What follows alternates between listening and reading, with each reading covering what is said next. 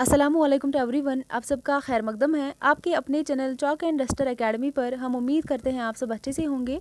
आज जो है हम ब्रिज नारायण चकबस्त के बारे में पढ़ेंगे, इनकी हालात ज़िंदगी और अदबी खदमात।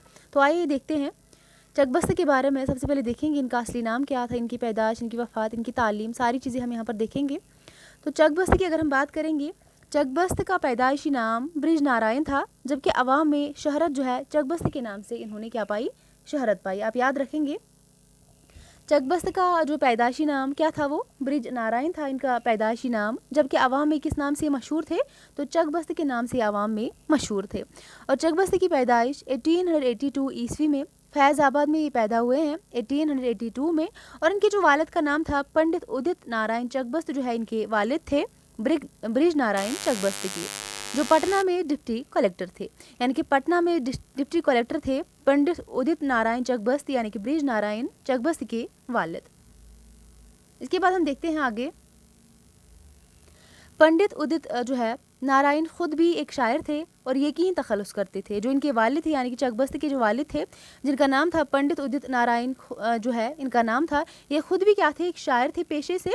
और इनका तखल्लुस क्या था, यकीन जो है इनका तखल्लुस था। और 1887 ईस्वी में जब जो है अभी चकबस्त की उम्र 5 साल ही थी, उनके वालिद यानी कि पंडित उदित नारायण चकबस्त का इंतकाल हो गया था। तो आप देखेंगे यहाँ पर, यानी कि 1887 में जो है उदित नारायण यानी कि चकबस्त के वालिद का इंतकाल हो गया था, यानी कि तब जो है चकबस्त 5 साल के थे। उसके बाद वालिदा को मजबूरन अपने भाई पंडित लालता प्रसाद साहिब के जो है साथ लखनऊ में रिहायशी इख्तियार करनी पड़ी। यानी कि जो इनकी वालिदा थी पंडित जो है ब्रिज नारायण चकबस्त की जो वालिदा थी, उनको जो है अपने भाई के साथ जो है रहना पड़ा जब इनके वालिद का इंतकाल हो गया था। तो अगर हम देखेंगे इनके जो मामू का नाम था, यानी कि जो चकबस्त के मामू थे, जो इनके वालिदा का जो भाई था पंडित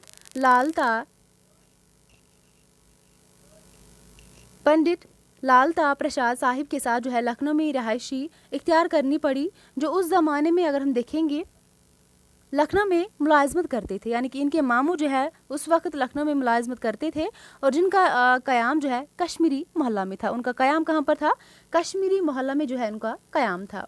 और चकबस्त ने 1900 ईस्वी में मैट्रिक का इम्तिहान पास किया। 1900 ईस्वी में जो है इन्होंने मैट्रिक का इम्तिहान पास किया। 1905 ईस्वी में जो है बीए का इम्तिहान इन्होंने पास किया। और 1907 ईस्वी में जो है LLB के इम्तिहानात पास किए चकबस्त ने। तो बात करेंगे चकबस्त अभी BA में ही थे कि उनकी पहली शादी हुई। यानी कि BA इन्होंने कब किया था, 1905 ईस्वी में BA कर रहे थे। तो 1905 में इनकी पहली शादी हुई, जो कि किसके साथ हुई, पंडित पृथ्वीनाथ नागू की बेटी से हुई इनकी पहली शादी, जो उस वक्त जो है लैंड रिकॉर्ड के दफ्तर में मुलाजिम थे।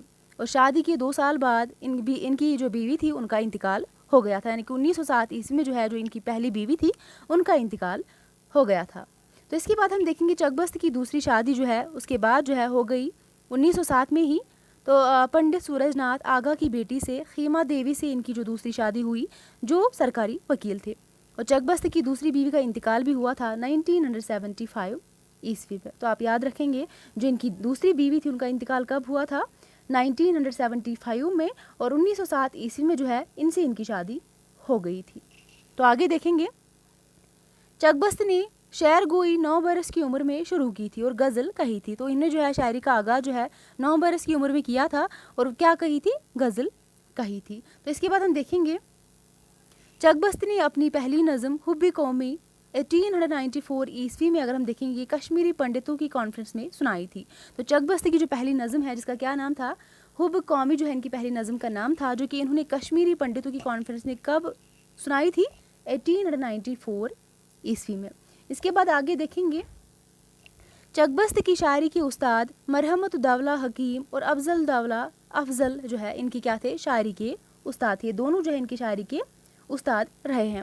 और चकबस्त खुश इखलाक, इंसान दोस्त और नेक तबीयत के थे। मिजाजन अगर हम देखेंगे इनका मिजाज कैसा था, तो खुश इखलाकी थे, इंसान दोस्त थे, नेक तबीयत के इंसान थे ब्रिज नारायण चकबस्त।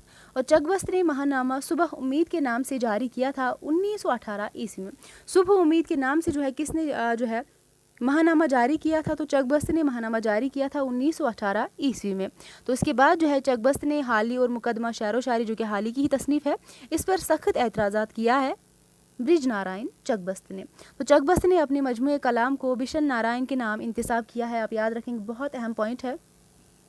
चकबस्त ने अपने मजमूए कलाम को बिशन नारायण के नाम से इंतसाब किया है। और चकबस्त शख्सी मरसिया निगार की हैसियत से भी जाने जाते हैं। तो आप यहाँ पर याद रख सकते हैं, बहुत इंपॉर्टेंट है ये पॉइंट्स।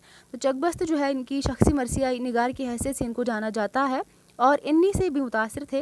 और अगर हम बात करेंगे, चकबस्त जो है शख्सी मरसिया निगार थे, इन्हीं से भी क्या थे, मुतासिर थे। अगर इनकी नज़मों को अनीस के किसी मरसिए में शामिल कर देंगे तो कोई नहीं कह सकता कि ये अनीस के सिवा किसी और का कलाम है। ठीक है, तो ये किसने कहा है? नियाज़ फतेहपुरी का ये कॉल है। आप इसको देखेंगे फिर से, बहुत ही अहम है ये। अगर इनकी नज़म को अनीस के किसी, इनका जो अगर हम देखेंगे इनकी नज़म यानी कि चकबस्त की नज़म को अनीस के किसी मरसिए में शामिल कर दी जाए तो कोई नहीं कह सकता कि अनीस के सिवा किसी और का कलाम है। तो ये जो है नियाज़ फतेहपुरी ने कहा है। तो यहाँ पर क्या बताया गया है? चकबस्त जो है एक शख्सिया मरसिया निगार की हैसियत से जाने जाते हैं और अन्नी से ये बहुत मुतासिर रहे हैं। तो इसके बाद हम देखेंगे इनके शायरी मजमूए, जो कि ब्रिज नारायण चकबस्त के शायरी मजमूए हैं। देखिए, सुबह वतन, ये 5 हिस्सों पर मुश्तमिल है। इस मजमूए में 9 शख्सी मरसिया हैं। तो आप याद रखेंगे, अब यहाँ पर याद रखेंगे कि जो हाली है अल्ताफ़ हुसैन हाली, उनकी वो भी एक शख्सी जो है मरसिया निगार है, उनकी 5 शख्सी मरसिया हैं। लेकिन आप याद रखेंगे चकबस्त जो है इनके 9 शख्सी मरसिए हैं। तो इनको आप याद रखेंगे, वो कौन कौन से हैं? पहला जो है, अब यहाँ पर देख सकते हैं, पहला जो है महादेव गोविंद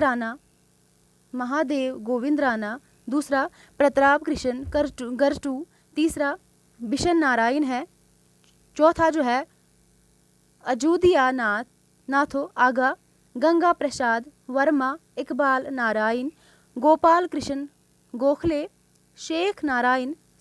तेज नारायण चकबस्त है, बाल गंगाधर तिलक। ये इनके 9 शख्सी मरसिया हैं चकबस्त की। और इसके बाद हम देखेंगे जो इनकी शायरी मजमूए हैं और है जलवे सुबह है, और इसके अलावा अगले लोग। ये तीनों इनकी क्या है? शायरी मजमूए हैं। आगे देखेंगे ड्रामा नवीसी की बात करेंगे। इनकी कुछ ड्रामे भी है, तो जो इनका अहम ड्रामा है उसके बारे में हम बात करेंगे। चकबस्त ने एक ड्रामा भी तसनीफ़ किया जिसका नाम कमला है। जिसका नाम क्या है? कमला है। ये 1915 ईस्वी में G.P. वर्मा, ठीक है, बरादरान प्रेस नज़ीर आबाद से पंडित किशन प्रसाद कौल के एहतमाम से शाया किया गया था। जो चकबस्त का एक ड्रामा है जिसका नाम कमला है, ये जो है 1915 ईस्वी में G.P. वर्मा बरादरान प्रेस जो है नज़ीर आबाद से पंडित कृष्ण प्रसाद कौल के एहतमाम से शाया किया गया है। इसके अलावा हम बात करेंगे जो इनकी अहम नज़में हैं, जो ब्रिज नारायण चकबस्त की कुछ अहम नज़में हैं, इनके बारे में हम बात करेंगे। सबसे पहले हुब्बे कौमी 1894, इसके अलावा रामायण का एक सीन जो कि हमारे निसाब में भी शामिल है, बहुत ही अहम है।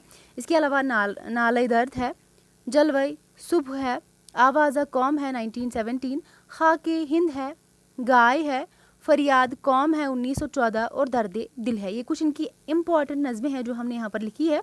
तो आप इनकी नज़मों को भी याद रखेंगे, ये ड्रामों को भी याद रखेंगे। जो इनका और एक ड्रामा है दुलारी है, ठीक है, आप याद रखेंगे। मैंने कमला की बात की है यहाँ पर, लेकिन जो इनका नेक्स्ट ड्रामा है वो कौन सा है? दुलारी है। तो इन सभी चीज़ों को आप याद रखेंगे, बहुत ही अहम है एग्ज़ाम के हवाले से।